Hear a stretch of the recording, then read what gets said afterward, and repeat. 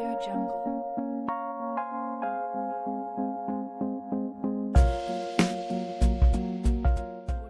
What's up, y'all? It's Brandy here from DAYVII. And y'all know we love getting behind the scenes, getting the personality behind the designs. And today we have Jahqia, the brand Jahqia, based out of Houston. So I'm gonna stop talking and I'm gonna let her go ahead and get started. Tell us your name, where you're from, and what inspired Jahqia. So my name is Jahqia.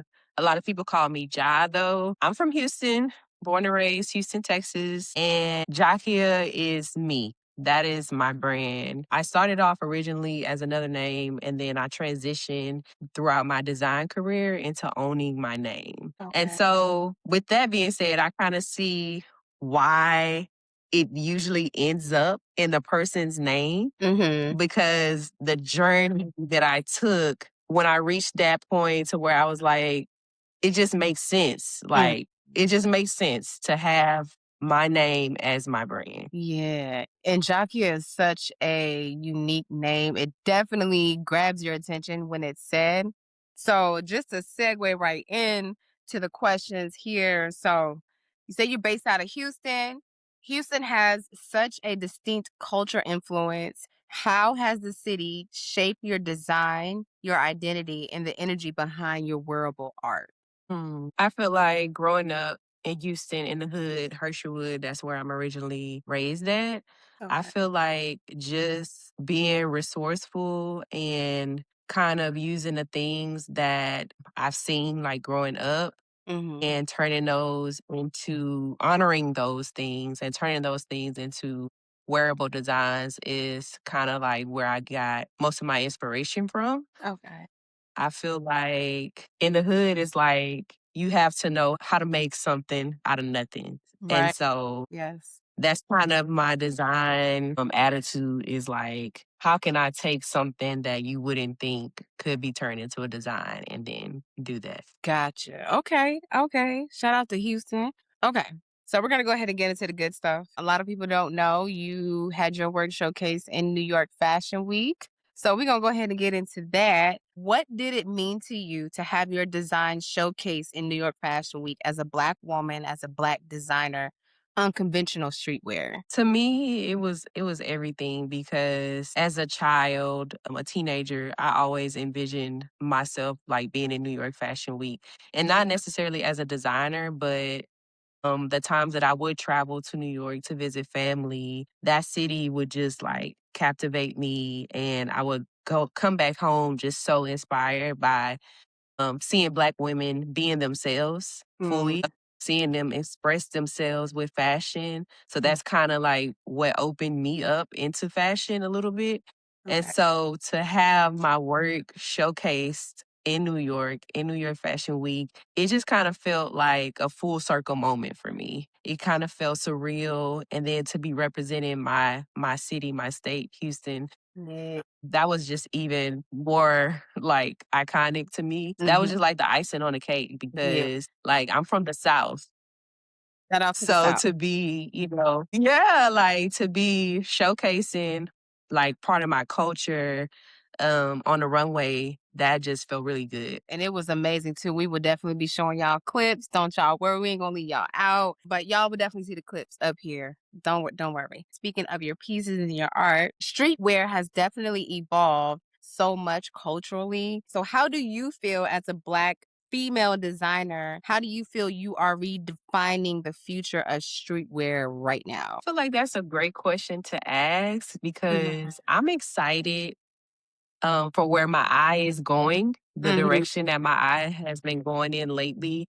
I really want to make sure that feminine energy is being presented in my designs. I feel like like stereotypically or the norm for streetwear is has a certain look. Not that I don't love it because I do, but Right. I want to make sure like women are being represented and feminine energy is being represented in the design work. So right now, my designs are more reflective of eclectic streetwear. That's what I like to call it. That's my own umbrella Mhm. because with that, I have like flexibility, but I still want people to know like this is something that's created from like a street perspective and a street girly because I'm definitely her. Yeah, yeah. Shout out to the street girlies, the tomboy, girly tomboys. We are definitely in a lane of our own. I love it here. She definitely represents for the girly tomboys. Like, yeah, 100%. So, as an artist and as an entrepreneur, what has been the biggest challenge in balancing your creative freedom and the business side of fashion? Balancing the creative freedom. I feel like in the beginning of my designer journey, I Mhm. had become like very restrictive and even to the point to where it's like I feel like I was potentially like putting myself in a box. Mm, And so with with that, I've kind of learned to like break away from timelines and break away from like the pressure to like constantly be recreating things. okay. And so with that, it kind of allows me to be more relaxed in my creativeness and more expressive and being able to show up and like present to the world what I want to create and not necessarily buy into like what everybody else is creating or what I think people want to see. Right, right. Understood, understood. Because definitely you can definitely get caught up in, trying to keep up with trends and what people like based off of trends. And when you are a unique designer, like that's what makes you unique. That's what keeps you unique and that's what keeps you relevant, whether you see it immediately or not. So I definitely agree. Keeping that freedom, maintaining it. Because the trends, they come and they go, quite literally. They come and they go. Quite literally. But those one of a kind pieces in your closet, they gonna stick. Like, you gonna always pull that out and be like, Timeless, time. yeah, exactly. Timeless. So, How do you stay true to yourself in the midst of trends when everybody else is saying we want this, we want that? How do you keep your demand to your audience specifically? Like what keeps the originality there? For me, what keeps the originality in like a world full of trends is like me centering myself as a designer Mm. and just being able to say like people are going to create. That is what we're here to do. Right. But that doesn't mean you have to jump on what other people are doing. Mm. To me, it's like finding my rhythm. I have a rhythm and I'm so grateful to have that rhythm because when I did not have that rhythm, I feel like it can be very stressful. Like just Yeah. creating art in general can be very stressful. So it's just me staying centered, finding my rhythm, remembering my why. Like, why am I doing this? Why am I starting? Why did I start this? I Mhm. didn't start this to, keep up with whatever else is happening. I started this as an outlet, as a Mhm. want to like share with other people what I'm seeing, what I'm envisioning. And so that remembering that, it always brings me back to like this peace. Mm. And that's how I stay grounded is just by like keeping my peace as a designer. Gotcha. Okay. Yes. And definitely as someone who centers peace of mind, I can agree with that 100% because that's like the main thing. That's what like you said, it keeps the imagination going. When you know that what you're doing is exactly what you're supposed to be doing at the exact time with the right people, with the right, it just flows and that comes and Yeah. starts with peace. So yes, girl. Yes. Amen to that.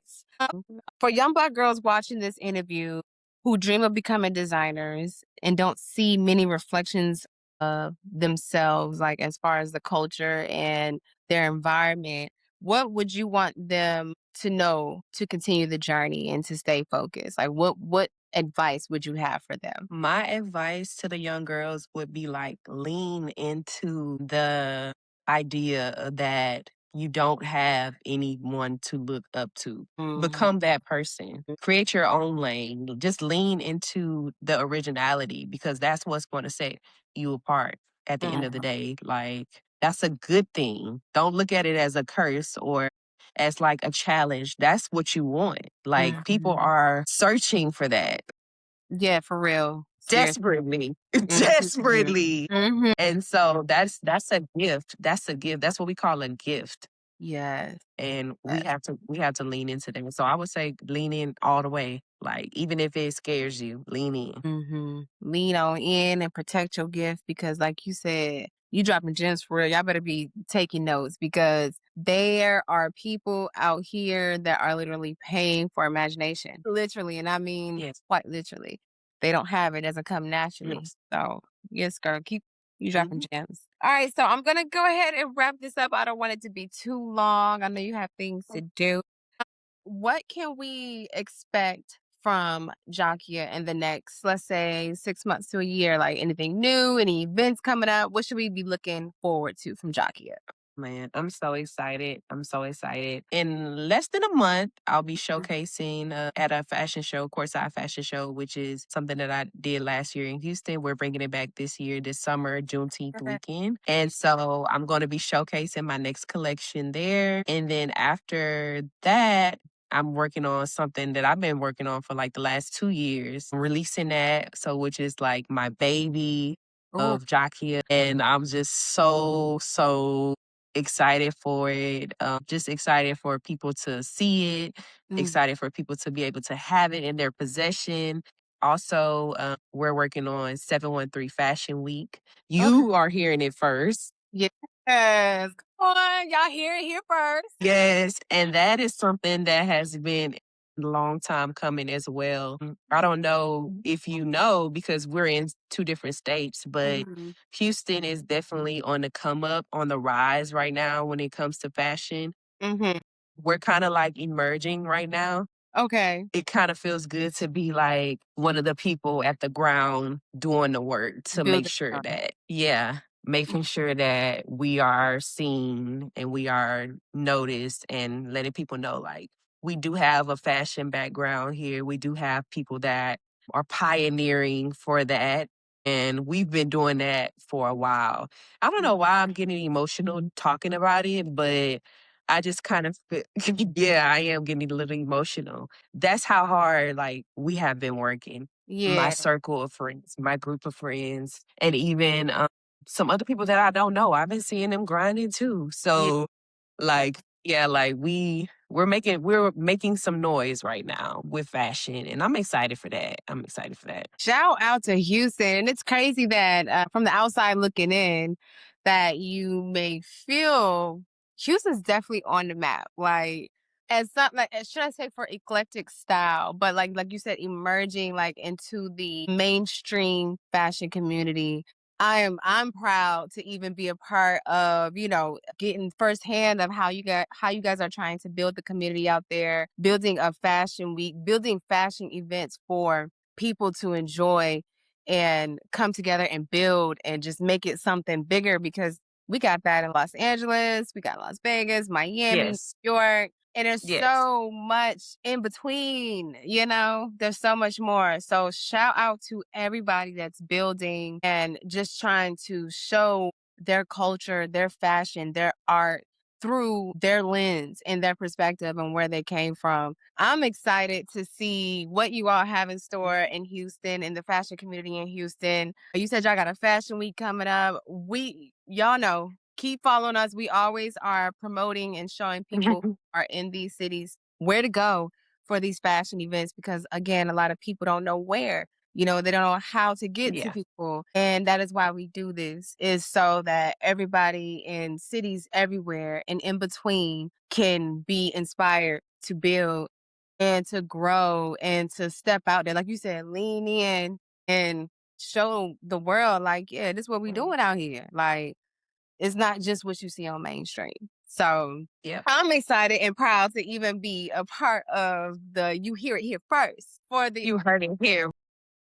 Yes, we heard it here first at Davy 7. Y'all already know they act like they don't see you, but we do. Okay. And again, Jackie, thank you so much for your time, your energy, your gems, your style. Y'all, if y'all not following her, go ahead and do that. I need y'all to go ahead and do that now. We will put all the information you need here. She's so dope. I've been a fan for a long time. I've been following her for a while. So I'm super excited to just have some time with you, pick your brain, and I'm excited to see where you're going with this, girl. I really am. Thank Any you. Thank you. Yes, of course, of course. Any last remarks? Anything you want people to know? Social media handles? Follow me on social media. Jahqia, Jahqia _ and there you'll find like updates. You'll probably also find my personal page through that as well, kind of intertwining some things sometimes. So, And she be serving but I want look. to thank you too. Like Yeah. she's serving looks. Yeah. I want to thank you for the opportunity to interview because I know we have been like acquainted on socials for like a long time now. Yeah. And I see your evolution as well. And I want to say, like, I'm proud of you and I'm excited for you and what's to Thank come on you. your journey with Day 7. I think it's Yeah. really dope. Thank you. And yeah, I'm so happy I got to finally have a conversation with you. Yes, girl. Yes. And cheers to the future of us coming together and bringing events and bringing the fashion communities Oh, together. Cheers to that in the future. for sure. Don't be surprised. Okay. All right, Yes. y'all. Yes. Okay. Don't be surprised if you see us in the future. All right. But thank y'all again. Again, my name is Brandy by Costa B with DAYVII, and this is Jahqia. We'll see y'all next time. Bye. Audio Jungle.